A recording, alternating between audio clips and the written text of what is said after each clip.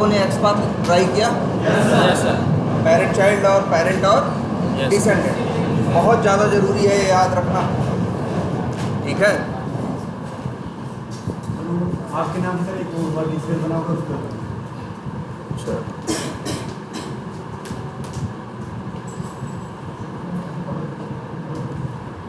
यही जी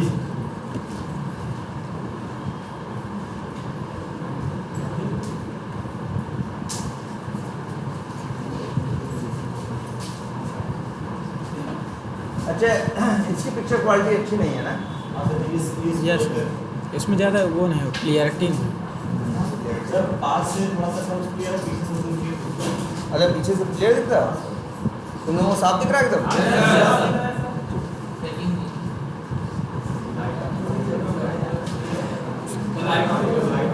रोड की व्यवस्था से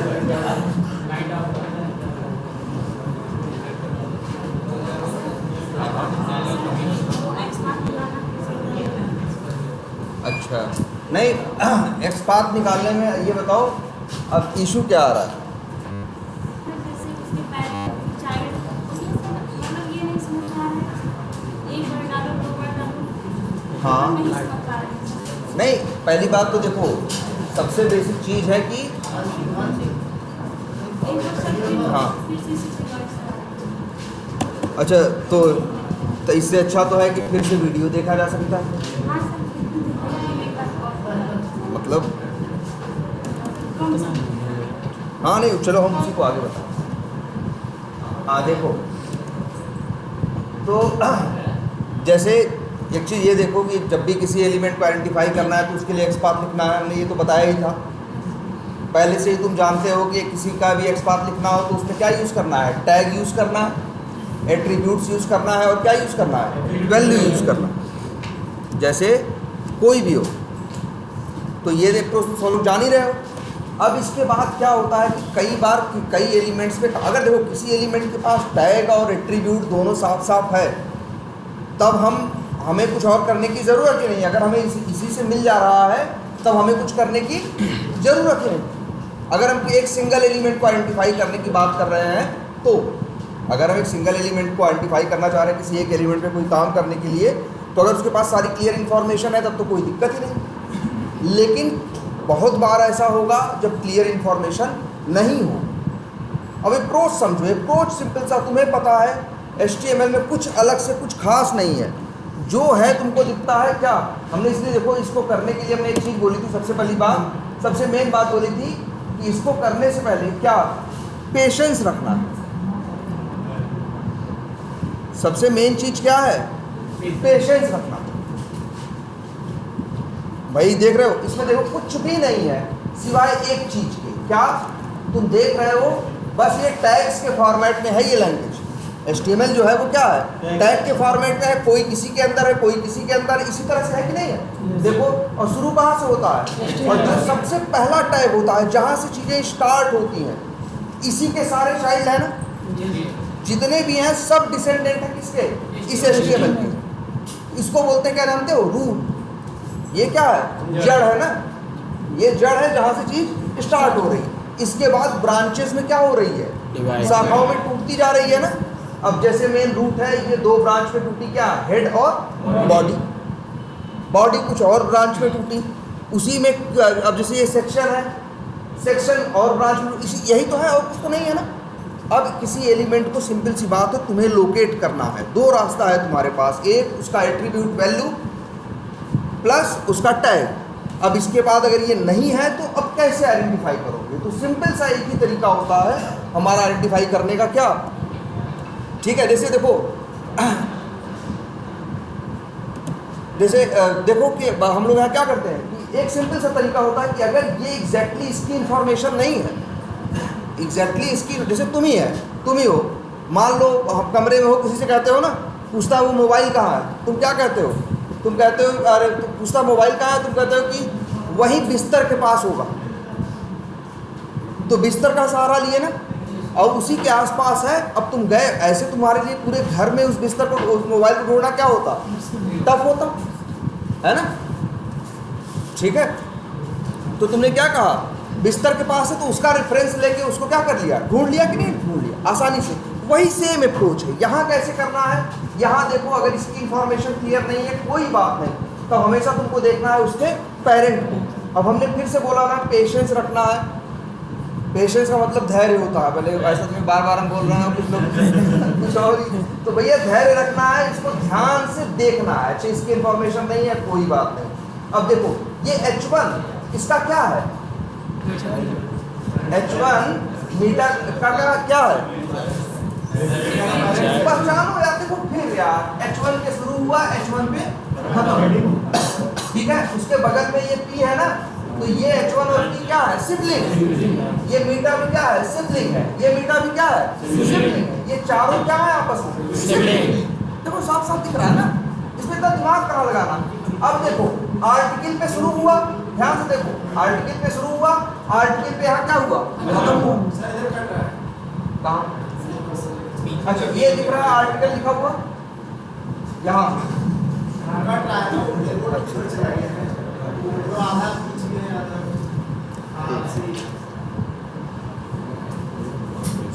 बिल्कुल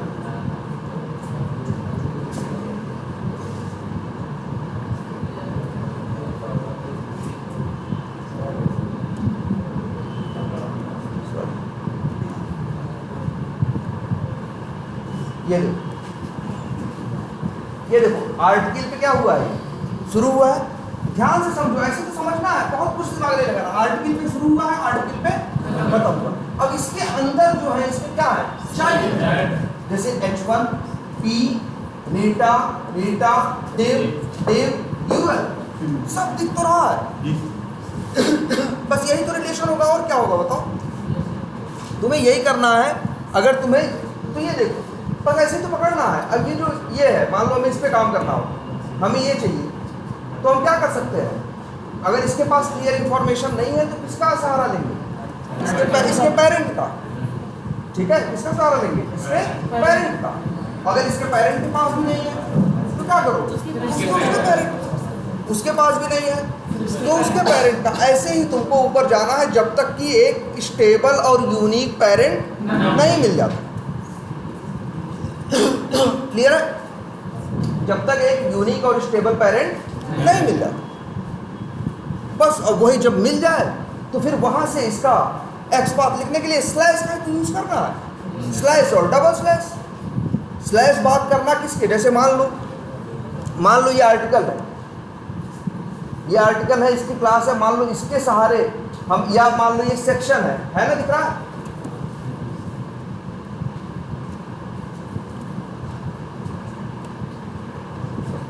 ये देखो चेक, ये सेक्शन दिख रहा है लिखा हुआ, ये सेक्शन है। अगर इस देखो हमें काम करना है P पे, क्लियर इंफॉर्मेशन नहीं है, हम किसके पास गए, आर्टिकल इसके पास गए, इसके पास नहीं है तो किसके पास गए, सेक्शन के पास गए। तब तक जाएंगे जब तक हमें एक यूनिक और स्टेबल नहीं मिल जाए। फिर क्या करेंगे, कंट्रोल C करते हैं, कंट्रोल F, और देखो इसका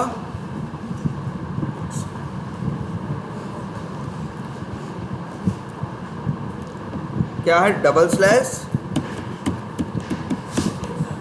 सेक्शन और @ क्या था, क्लास था वो, ये आ गया है ना। और इसके बाद अब देखो इसका चाइल्ड आर्टिकल है, इसका चाइल्ड H1 है, इसका चाइल्ड P,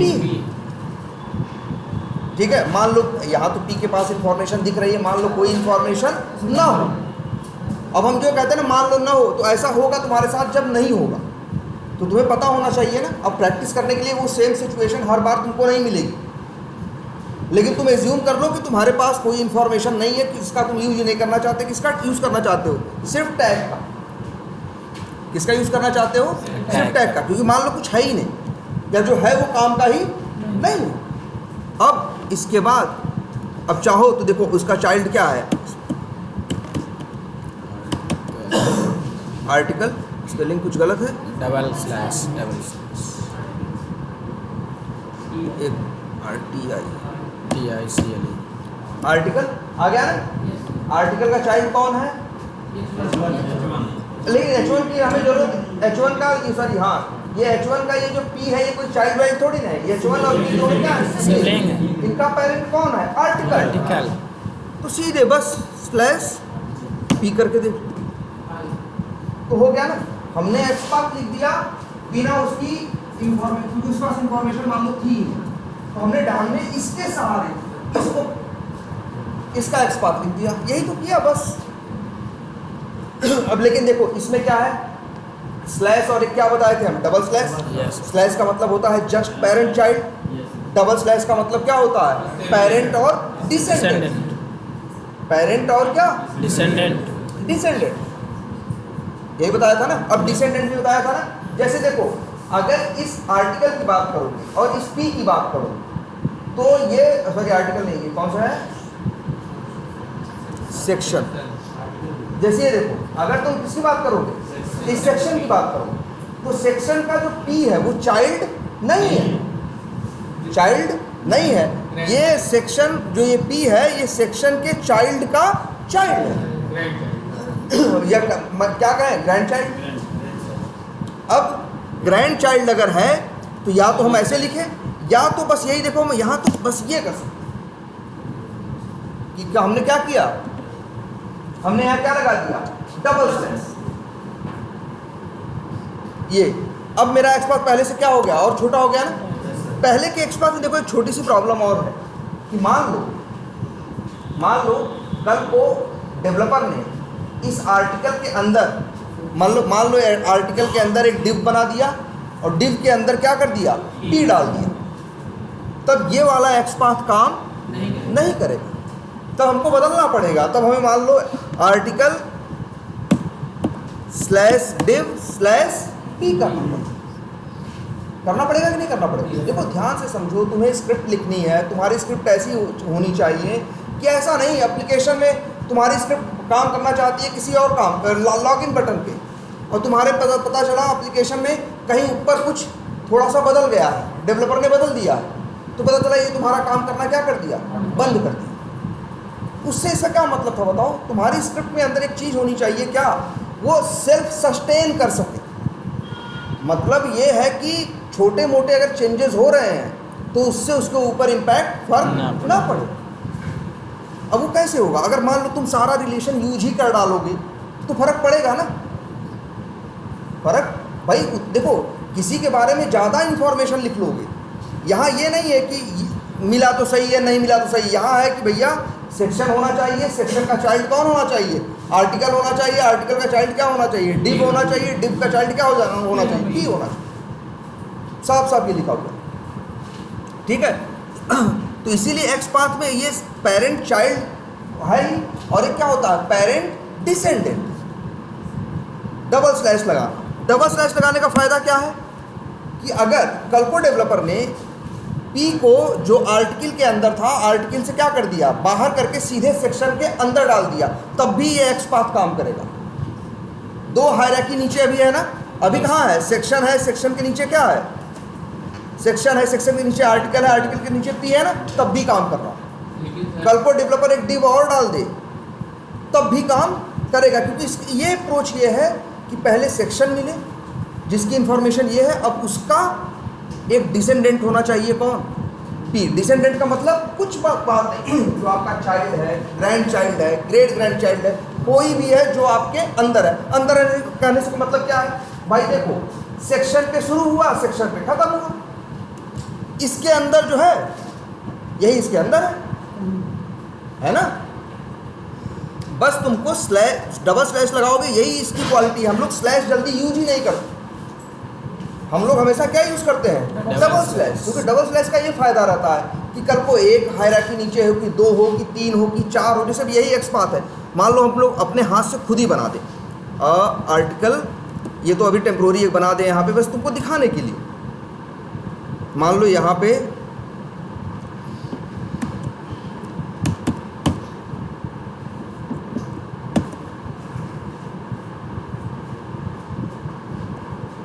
और इसका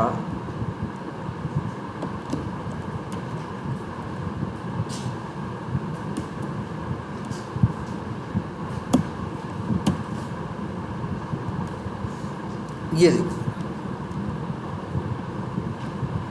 कहाँ गया आप? इसको इंस्पेक्ट हमने किया था।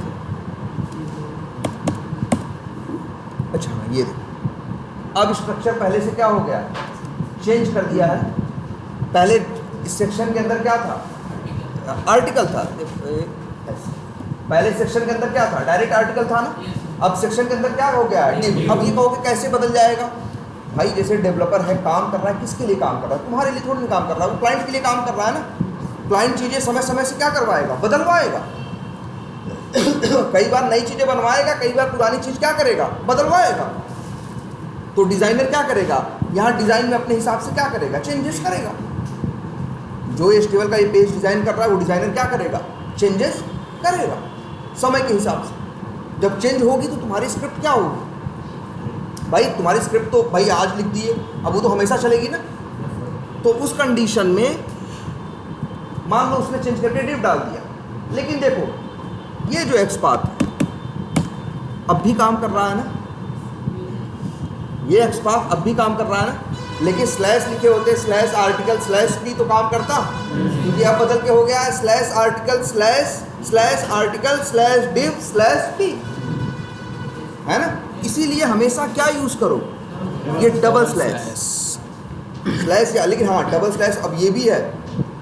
मान लो हाँ तुम कुछ पूछ रहे थे ना, और यही पूछ रहे थे कि अगर हम जान रहे हैं क्या पूछ रहे थे, वही हम बताने ही जा रहे हैं। आर्टिकल में सर जैसे मान लीजिए कोई पी ना भाई, बस हम समझ रहे हैं, वही तुम पूछ रहे हो कि हाँ ये अब ये क्वेश्चन है। इससे देखो क्या हुआ, तुम्हारा ढूंढना क्या हो गया, आसान हो गया, ठीक है। लेकिन अभी दिक्कत ये आ गई, डबल स्लैश पी लिखने का मतलब ये हो गया कि अब ये ढूंढेगा आर्टिकल के अंदर क्या, पी।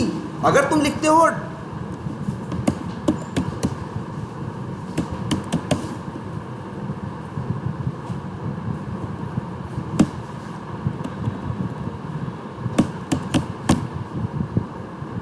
क्या है भाई, क्या है डिव, सॉरी सिंपल, हाँ डिव हो गया।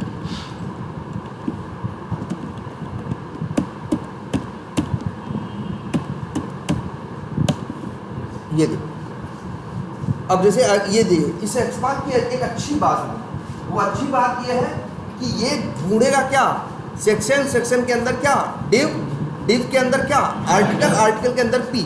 मान लो ध्यान से समझना इस बात को, H1 के अंदर भी एक पी है। जैसे ध्यान से देखो, हम एक बना दे रहे हैं, ऐसे ही एक तुम्हें दिखाने के लिए।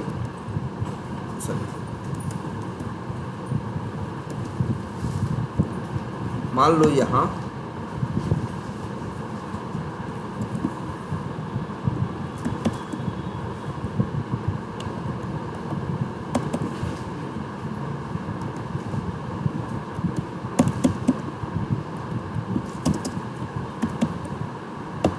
यहाँ एक बना देते हैं और पी।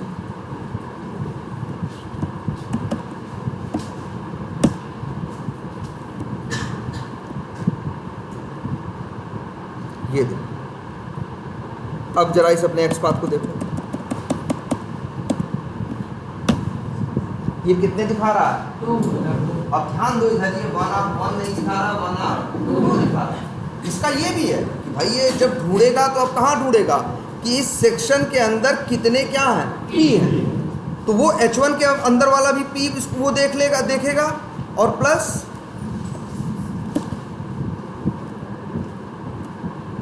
H1 के अंदर वाला भी देखेगा और प्लस इसके अंदर वाला भी देखेगा। किसके अंदर, आर्टिकल के अंदर वाला भी देखेगा। इसको तो दोनों दिखाई देंगे ना।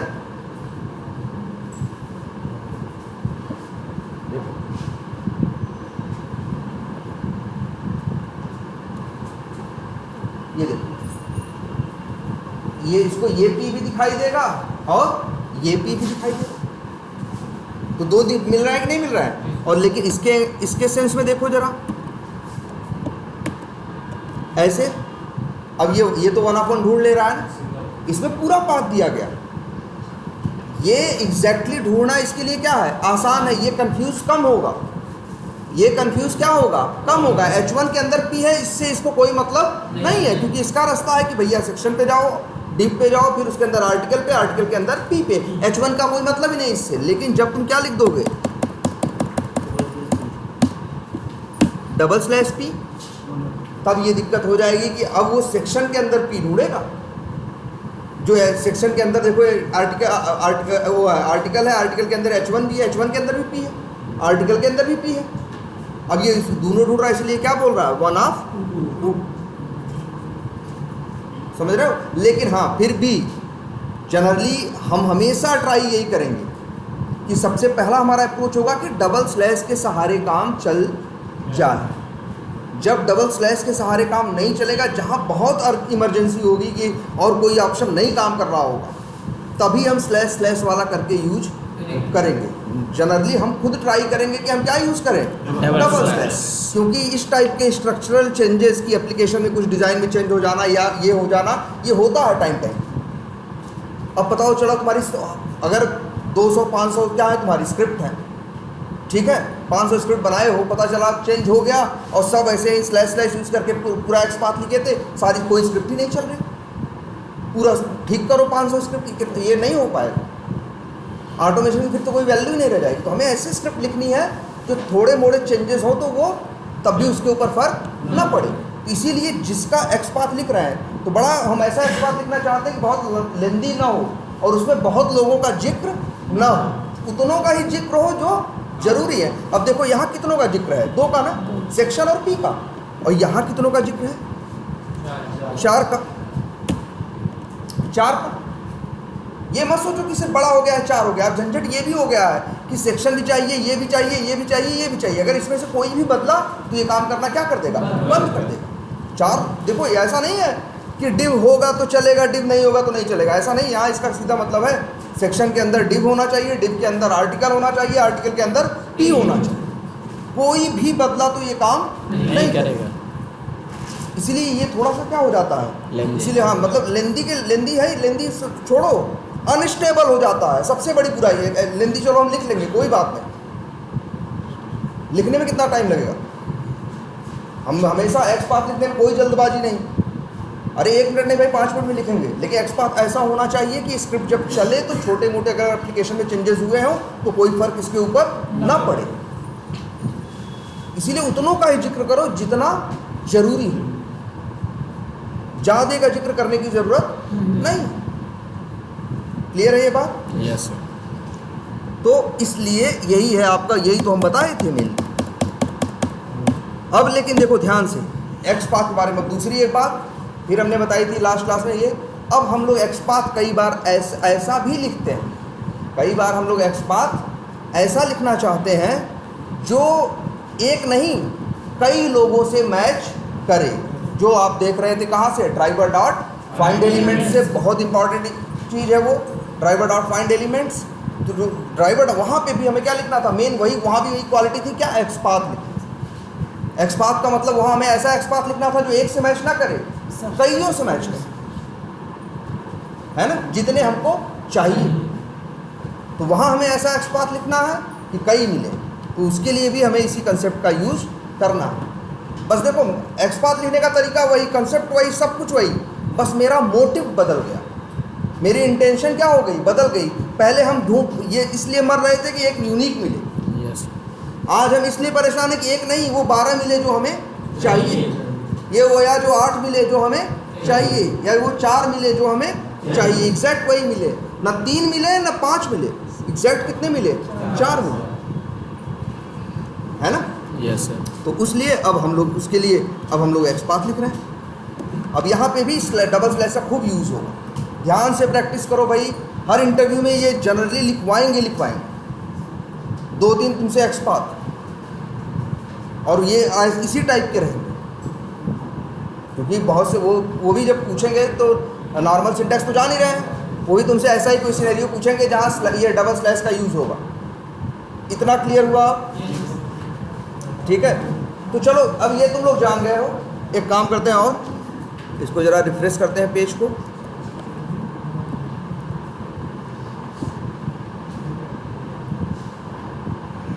ये देखो, अब एक चीज़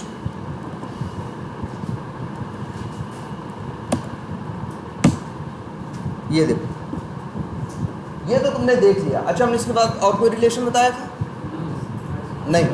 अच्छा ये बताओ, लेकिन देखो अब ये तो हो गया। कई बार ऐसा, आप देखो तुमको एक चीज़ और नहीं मिल रही है कि कई बार ऐसा होगा जिस एलिमेंट पे काम करना होगा उसके पेरेंट के पास इंफॉर्मेशन नहीं होगी, ग्रैंड पेरेंट के पास नहीं होगी और ग्रेट ग्रैंड पेरेंट के पास नहीं होगी, है ना। मतलब ऐसा होगा। और जो मतलब तुम भाई क्या सोचोगे, इसके पास नहीं है तो इसके पास जाए, उसके पास नहीं तो उसके पास, उसके नहीं तो उसके पास। ज़्यादा ऊपर चले गए तो कईयों से मैच करने लगा, ज़्यादा ऊपर चले गए तो क्या होने लगा भाई, जैसे जैसे ऊपर जाते जाओगे इसका एरिया बढ़ता जाएगा ना, तो कईयों से मैच करने लगा। जबकि हमें इतना दूर जाने वाने की ज़रूरत ही नहीं थी। जो सही की इंफॉर्मेशन लेके बैठा था उसके बगल में ये बैठा था। कौन है ये? H1। कौन है? इसका सिबलिंग। मतलब इसके सिबलिंग के पास ही क्लियर इंफॉर्मेशन थी। पता चला तुम्हें किसी को रेफरेंस देना था, तुमको बेवजह तुम ढूंढ रहे कि दादा का नाम बताए, परदादा का, एकदम तुम्हारा भाई इतना फेमस है कि भाई का नाम बता दो, लोग तुमको वहाँ तक पहुँचा देंगे, है ना। तो सेम ये है कि ये इस इंफॉर्मेशन का यूज़ करके भी इसे आइडेंटिफाई किया जा सकता है। जैसे लिखें सेम यही एक्सपात, ध्यान दो सब लोग, /H1 और मान लो उसके @नेम इक्वल्स टू नेम है, सॉरी आइटम प्रॉप ये, और यहाँ क्या है नेम, ठीक है। और इसका ये कौन है? इसका भाई है ना भाई। अगर ये H1 का ये P चाइल्ड होता है या ग्रैंड चाइल्ड, तो चाइल्ड या ग्रैंड चाइल्ड भाई / सब के लिए काम करता है ना। तुम चाहते तो क्या लिख देते तब, अगर उसका चाइल्ड होता तो क्या लिख देते? /P। यहाँ / बता रहा है क्या? रिलेशन। अब ध्यान दो, तुमको क्या बात कर, तुम्हें पेरेंट से चाइल्ड पे नहीं जाना है या डिसेंडेंट पे नहीं जाना है, तुमको जाना कहाँ है? सिबलिंग पे जाना। तुम्हारे पास क्लियर इंफॉर्मेशन है किसकी? सिबलिंग की। सिबलिंग से यहाँ पहुँचना है इस पे। अब देखो बस यही, इसके लिए क्या लिखते हो? / लिखोगे। अब इंग्लिश लिखोगे सीधे सीधे क्या? फॉलोइंग। इसकी स्पेलिंग मत गलत लिखना, फॉलोइंग लिखोगे, हाइफन लिखोगे, ये डैश या हाइफन, और फिर क्या लिखोगे? सिबलिंग। और फिर लिखोगे :, और कौन है जिसको पहचानना चाहते हो? P को ना, तो उसका टैग। देखे ऐसे भी पहचाना जा सकता है, ध्यान से देखो। और देखो मुश्किल है बहुत, इंग्लिश की स्पेलिंग गलत नहीं लिखनी, बस इतना ही करना है, / लिखना है, following sibling following hyphen sibling, फिर क्या? :, और इसके बाद वो टैग जिसको पहचानना चाहते हो। देखो ध्यान, बोलो समझ में आ रही है बात? सब लोग ट्राई करोगे इसको, ठीक है। बस किसी को और देखो फिर वही कह रहे हैं, मेन है पेशेंस रखना है। और देखो अगर ये रिलेशन तुमको पता है तो जरा अब अपने ये सोचो, एक्सपाथ ऐसा भी तो हो सकता है, मान लो, ध्यान से समझना, क्लियर इंफॉर्मेशन है, मान लो ये देखो ध्यान से, मान लो क्लियर इंफॉर्मेशन किसके पास? इस डिव के पास। ध्यान से सोचो, इस पे काम करना है न, इसके पास, इसके कोई सिबलिंग के पास भी क्लियर इंफॉर्मेशन नहीं है, हम पेरेंट के पास देख रहे हैं तो नहीं है, ग्रैंड पेरेंट के पास देख रहे हैं तो नहीं है। देखो मान लो ऐसा है कि बी न आर्टिकल के पास क्लियर इंफॉर्मेशन है, न सेक्शन के पास है, और ऊपर न बॉडी के पास है, लेकिन इस डिव के पास है। ध्यान से समझना, ये डिव देखो, ये डिव डायरेक्ट इसका कुछ नहीं लगता, ये देखो सेक्शन है, ध्यान से समझो, सेक्शन के अंदर P है ना। अगर रिलेशन की बात करें तो क्या है? सेक्शन पे वो है, इसका चाइल्ड ये है और इसका ग्रैंड चाइल्ड कौन है? P है। लेकिन इससे इसका रिलेशन बताओ, ये वाला ऊपर वाला सिबलिंग नहीं है भाई, उसके सिबलिंग का ग्रैंड चाइल्ड है ना। यस। उसके अगर हम कहें इस डिव का इस P से रिलेशन बताओ तो क्या कहोगे? कहोगे यही ना, डिव के हम ये अब क्या कहेंगे कि सिबलिंग, ये सॉरी, ये जो डिव है, डिव का सिबलिंग, सिबलिंग का फिर कौन? Grand child. यही रिलेशन है ना। जैसे हम तुमको सीधा अपना एग्जांपल बताएं, जैसे हम लोग हैं, हमारे जो ग्रैंड फादर थे उनके भाई बहुत फेमस थे, सब लोग उनको जानते थे, है ना। तो हम लोग अब भी रेफरेंस देना होता है तो किसका देते हैं? उन्हीं का देते हैं। और रिलेशन भी क्या बताते हैं? हम यही बताते हैं कि हम क्या हैं भाई उनसे, तो हम बताते हैं उनके सिबलिंग के क्या हैं, हम ग्रैंडसन हैं, पोते हैं। तो ये भी तो एक रिलेशन का यूज़ करना हुआ। तो वह अब इसमें किसका यूज होगा? यहाँ दो रिलेशन जो तुम जान चुके हो। क्या तुम डिसेंडेंट यूज़ करना जानते हो और तुम सिबलिंग यूज़ करना भी जानते हो। तो तुम क्या कर सकते हो? ध्यान से देखो,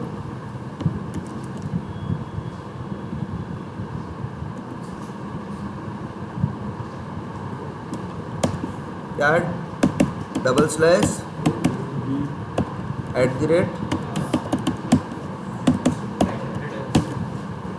ठीक, सब हेडर, और उसका फिर भाई कौन है? सेक्शन ना, तो उसका लिखे स्लैश फॉलोइंग हाइफन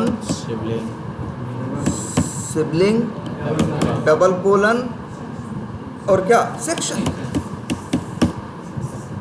और सेक्शन का ग्रैंड चाइल्ड है कौन? पी, तो लिख दिया डबल स्लैश पी। अरे यार ये तो 124 आ गया फिर। सेक्शन, अच्छा ये हम इसी की बात कर रहे हैं ना।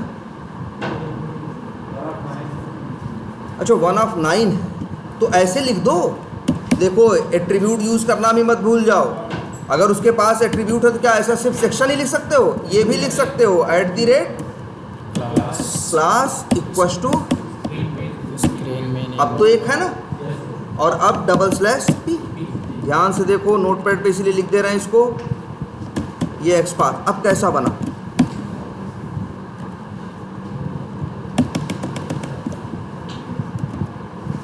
ये देखो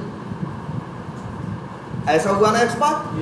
अब ये थोड़ी प्रैक्टिस करो, दोनों को यूज करना, ठीक है? दोनों का यूज करना।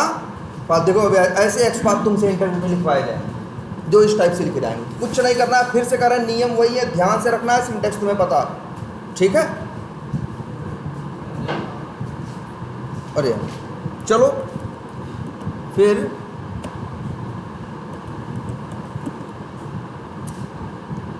चलो अभी कुछ देर बाद हम आते हैं, ठीक है?